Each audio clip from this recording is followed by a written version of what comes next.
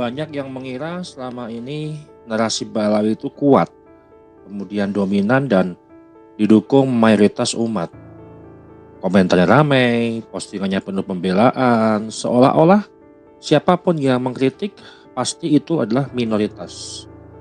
Tapi hari ini kita tidak mau ikut asumsi, kita tidak mau ikut sebuah keramaian. Kita mau bedah dengan data, dengan cara berpikir sederhana yang bisa dipahami oleh publik awam. Karena pertanyaan terbesarnya bukan siapa yang paling ribut, tapi siapa yang benar-benar dipercayai oleh publik. Dan justru disinilah hal yang mengejutkan terjadi. Yang pertama, data tahap awal yang kemarin saya sudah riset, kita tidak memulai dari sebuah opini. Kita mulai dari respon publik secara real.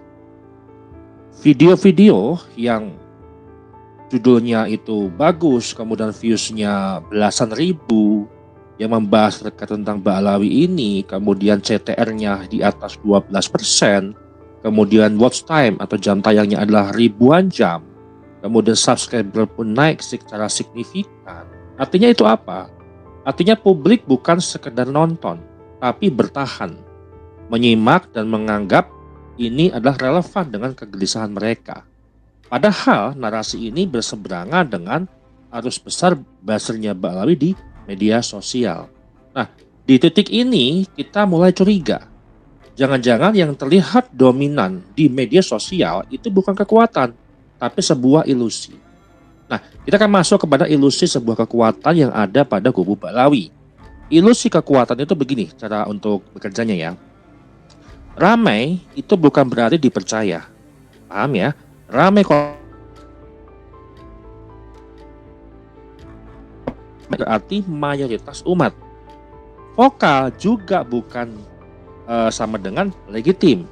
Nah, media sosial menciptakan kesan dominasi, bukan sebuah realitas kepercayaan. Kalau kekuatan itu nyata, harusnya saat diuji tentang data, diskusi itu akan terbuka. Dia harusnya makin kokoh. Kan gitu logikanya. Kalau mau diskusi, kalau mau berdebat, kalau mau beradu argumen, kalau misalkan argumennya kokoh, datanya ada, siap diuji, otomatis gak ada masalah. Tapi yang kita lihat justru sebaliknya.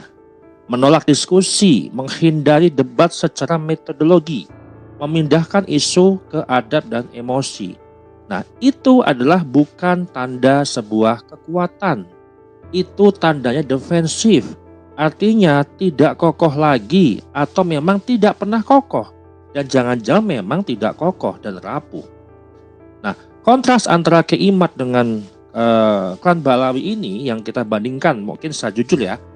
Narasi Keimat itu fokus terhadap metodologi.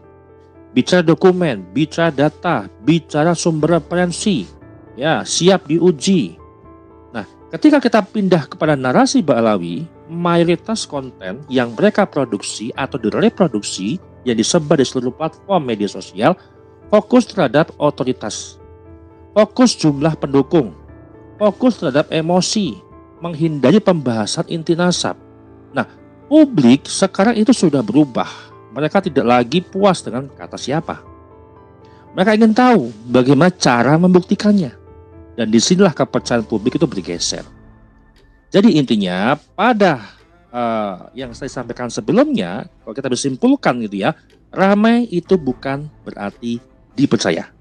Nah, berikut saya akan jelaskan dan akan bongkar kesalahan logika umum yang selama ini membuat narasi Balawi tampak kuat di media sosial. Baik, kita masuk ke bagian kedua, membongkar kesalahan logika umum. Kesalahan pertama adalah, satu, kalau banyak yang bela berarti benar. Ini kesalahan logika yang pertama. Itu namanya logical fallacy. Namanya argumentum ad populum. Kebenaran tidak pernah ditentukan oleh jumlah orang. Ini kita sepakat. Kesalahan pertama, kalau banyak yang bela berarti itu benar. Kemudian kesalahan kedua, kalau ulama besar itu membela, mendukung, ya berarti selesai. Masalahnya, apakah mereka membela metodologi atau hanya membela identitas sosial? Ini hal yang berbeda. Pendukung Ba'alawi harus menarasikan yang mana? Membela secara metodologi atau membela secara identitas sosial? Oke, ini kesalahan logika. Nah, kemudian ilusi mayoritas yang ada di seluruh media sosial, kalau kita tuangkan kesalahan tadi ya, media sosial itu kan bekerja dengan algoritma. Komentar yang sama, akun yang sama, narasi yang sama, diulang terus. Publik awam melihatnya adalah sebagai, wow, ini mayoritas. Wow, ini sebuah kebenaran. Karena suatu kebohongan yang berulang-ulang kali dan konsisten itu akan menjadi sebuah kebenaran. Nah, padahal secara riset itu bisa berasal dari minoritas yang sangat aktif. Inilah ilusi mayoritas yang ada di seluruh platform media sosial. Nah, terkait hal ilusi yang ada menjadi kekuatan Ba'alawi, saya membagi 7 pola. Yang pertama adalah pola diskursif, yaitu bahasa dan framing. Biasalah bahasa adab, framing dosa, framing durhaka, dan seterusnya. Kemudian yang kedua, pola otoritas. Mereka selalu mengunci kritik dengan nama besar, bukan argumen.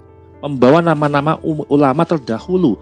Padahal itu bukan secara metodologi, tapi secara sosial, identik dengan sosial.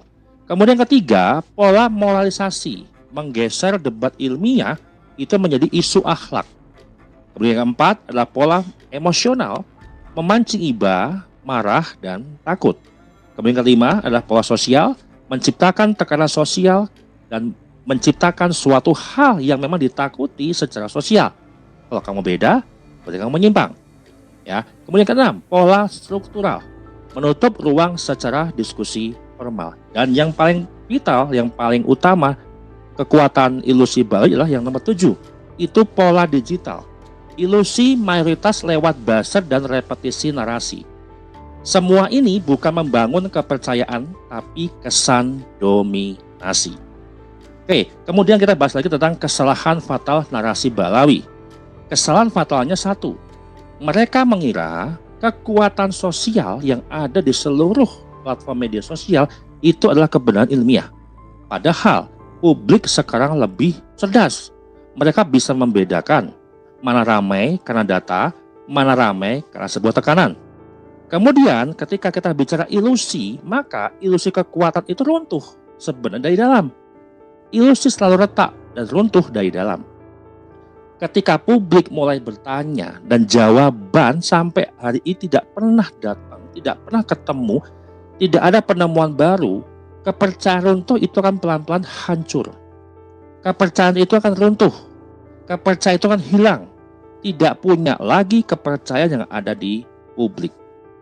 Kalau memang benar kuat, kenapa takut untuk melakukan diskusi terbuka? Kalau benar secara ilmiah, kenapa tidak dijawab secara metodologis? Pertanyaannya, tidak bisa dibantah dengan sebuah emosi. Kalau dibantah tadi sesuai dengan emosi, maka tidak akan ketemu itu masalah di mana. Dan sekarang publik itu bertanya-tanya terhadap narasi yang dibangun oleh klan Ba'alawi.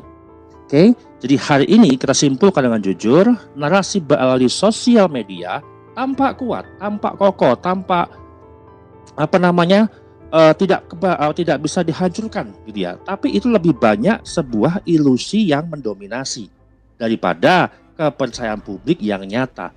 Kita tidak hidup di dunia ilusi, tapi kita hidup di dunia nyata. Dan justru di tengah kebisingan itu, tesis Kiai Imad mendapat tempat karena publik sedang mencari kejujuran metodologi, bukan sekedar siapa yang paling ramai.